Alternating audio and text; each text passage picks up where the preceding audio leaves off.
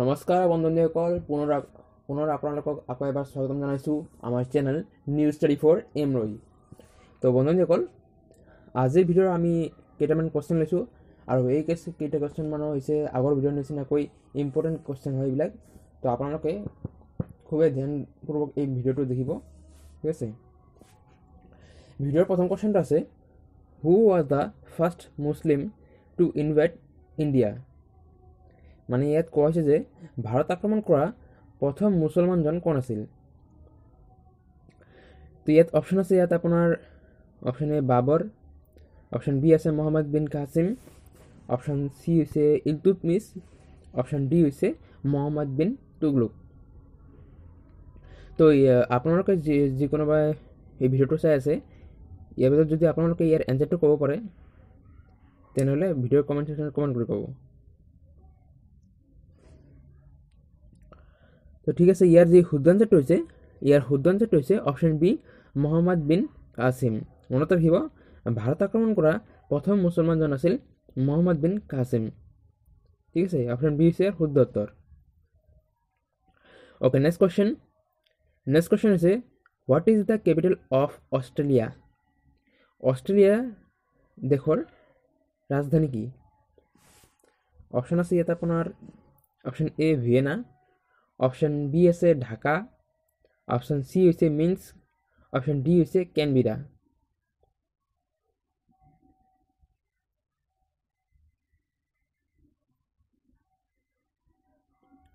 ইয়াৰে শুদ্ধ আনচাৰটো হৈছে অপশ্যন ডি কেনবেৰা।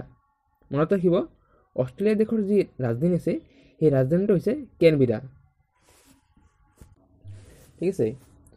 তো কেনবেৰা হৈছে অষ্ট্ৰেলিয়া দেশৰ ৰাজধানী। আৰু আপোনালোকে জনাবচোন, এইটো খুবেই ইজি কুৱেশ্যন হয় এইটো, যে ঢাকা কোন দেশৰ ৰাজধানী, আপোনালোকে যদি জনাব। অ'কে, নেক্সট কুৱেশ্যন আছে, where is national centre for performing arts situated. National centre for programming arts এইখন ক'ত অৱস্থিত আছে? অপশ্যন এ আছে বেংগালুৰু, অপশ্যন বি আছে গুৱাহাটী, অপশ্যন চি আছে মুম্বাই, অপশ্যন ডি আছে চেন্নাই। বন্ধুসকল, আপোনালোকৰ এটা ভিডিঅ' আমি দিম এই কেপিটেলছ আৰু কাৰেঞ্চিৰ ওপৰত, মানে কোন দেশৰ কি কাৰেঞ্চি কি কোৱা হয়, বা কেপিটেলৰ নাম কি, ৰাজধানীৰ নাম কি, ইয়াৰ ওপৰত আমি ভিডিঅ' বনাম সোনকালে। তো আপোনালোকে যদি চাই যে আমি ভিডিঅ'বিলাক দিওঁ তেনেহ'লে আপোনালোকে প্লিজ এবাৰ লাইক কৰিব আৰু আপোনালোকৰ যি বন্ধুসকল আছে তেওঁলোকৰ লগত এই ভিডিঅ'বিলাক শ্বেয়াৰ কৰিব।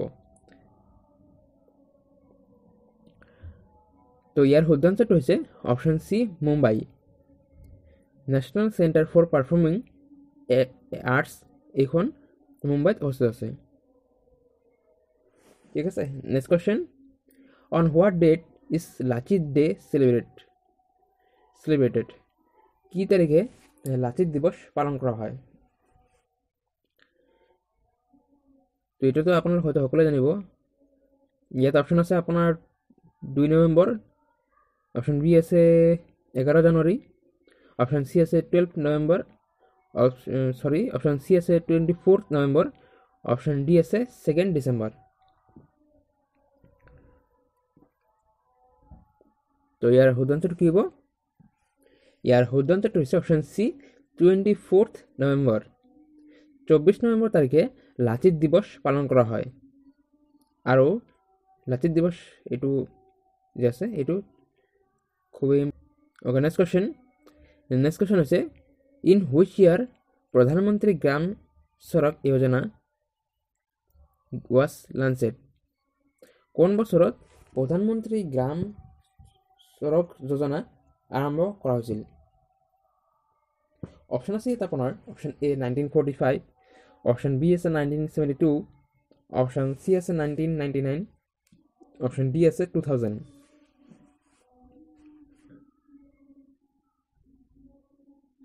ইয়াৰ শুদ্ধ আনচাৰটো হৈছে অপশ্যন ডি 2000। 2000 চনত প্ৰধানমন্ত্ৰী গ্ৰাম চড়ক যোজনা আৰম্ভ কৰা হৈছিল। সংক্ষেপে কোৱা হয় এইটোক, মানে যি প্ৰধানমন্ত্ৰী গ্ৰাম চৰকাৰী যোজনা আছে এইটো আপোনাৰ সংক্ষেপে কোৱা PMGSY, ঠিক আছে, কেতিয়াবা এনেকুৱা আহিব পাৰে শৰ্ট ফৰ্মত আহিব পাৰে যে ইয়াৰ ফুল ফৰ্মটো কি হ'ব। তো মনত ৰাখিব প্ৰধানমন্ত্ৰী গ্ৰাম সড়ক যোজনা। Okay, next question.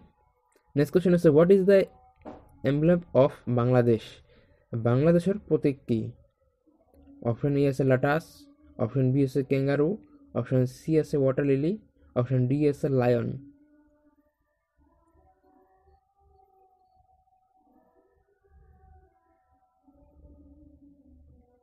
ইয়াৰ শুদ্ধ আনসাৰটো হৈছে অপশন সি ওয়াটাৰ লিলি।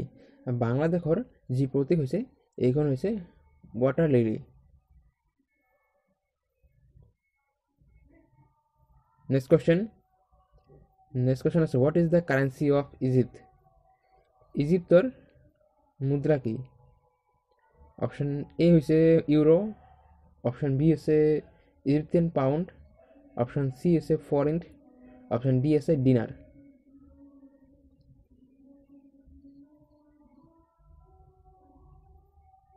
ইয়াৰ শুদ্ধ আনসাৰটো হৈছে অপশন বি ইজিপ্টিয়ান পাউন্ড। ইজিপ্টৰ যে মুদ্ৰা আছে মুদ্ৰাটো কোৱা হয় Egyptian pound. Okay, next question is who is known as the father of modern dance of India? ভারতের আধুনিক নৃত্যের জনক বুলি কাক জনা যায়?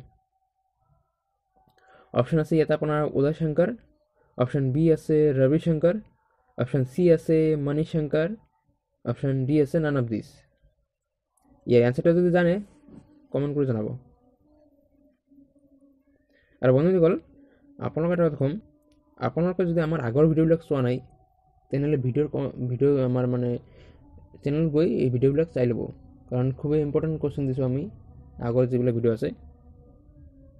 তো ইয়াৰ যে শুদ্ধ আনসাৰটো হৈছে অপশ্যন এ উদয় শংকৰ। মনত ৰাখিব ভাৰতৰ আধুনিক নৃত্যৰ যি জনক আছে মানে জনক বুলি যাক জনা যায় এই হৈছে Uday Shankar. Important question. Okay, next question. আৰু এই ভিডিঅ'টোৰ অন্তিমটা কুৱেশ্যন কৰিলোঁ। তো অন্তিমটা কুৱেশ্যন যোৱাৰ আগতে আপোনালোক ক'ম যদি আপোনালোক কোনোবাই আমাৰ চেনেল নতুনবাৰৰ কাৰণে ভিজিট কৰিছে তেনেহ'লে চেনেলটো ছাবস্ক্ৰাইব কৰিব, লগতে বেল আইকনটো প্ৰেছ কৰি দিব। তো ইয়াত অপশ্যন মানে ইয়াৰ নেক্সট কুৱেশ্যন হৈছে who was the founder of Nalanda university? Nalanda বিশ্ববিদ্যালয় কোনে প্ৰতিষ্ঠা কৰিছিল? এই প্ৰতিষ্ঠাপক কোন?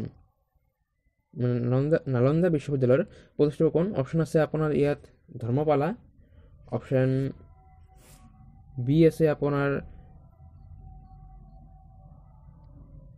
কুমারগুপ্ত, অপশন সি আছে চন্দ্রগুপ্ত, অপশন ডি আছে নান অফ দিস।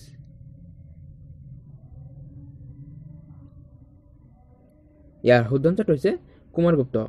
কুমাৰগুপ্তে নালন্দা বিশ্ববিদ্যালয় প্ৰতিষ্ঠা কৰিছিল বা নালন্দা বিশ্ববিদ্যালয় প্ৰতিষ্ঠা কৰিছিল তেওঁ। ঠিক আছে, তো বন্ধুসকল আপোনালোকে এবাৰ জনাবচোন যে ভিডিঅ'টো কেনেকুৱা লাগিল। যদি ভিডিঅ'টো ভাল লাগিছে তেনেহ'লে লাইক কৰিব। ঠিক আছে, তো আজিৰ ভিডিঅ'টো আমি ইয়াতে সমাপ্ত কৰিলোঁ। আপোনালোকক ভিডিঅ'টো চোৱাৰ বাবে ধন্যবাদ থাকিল।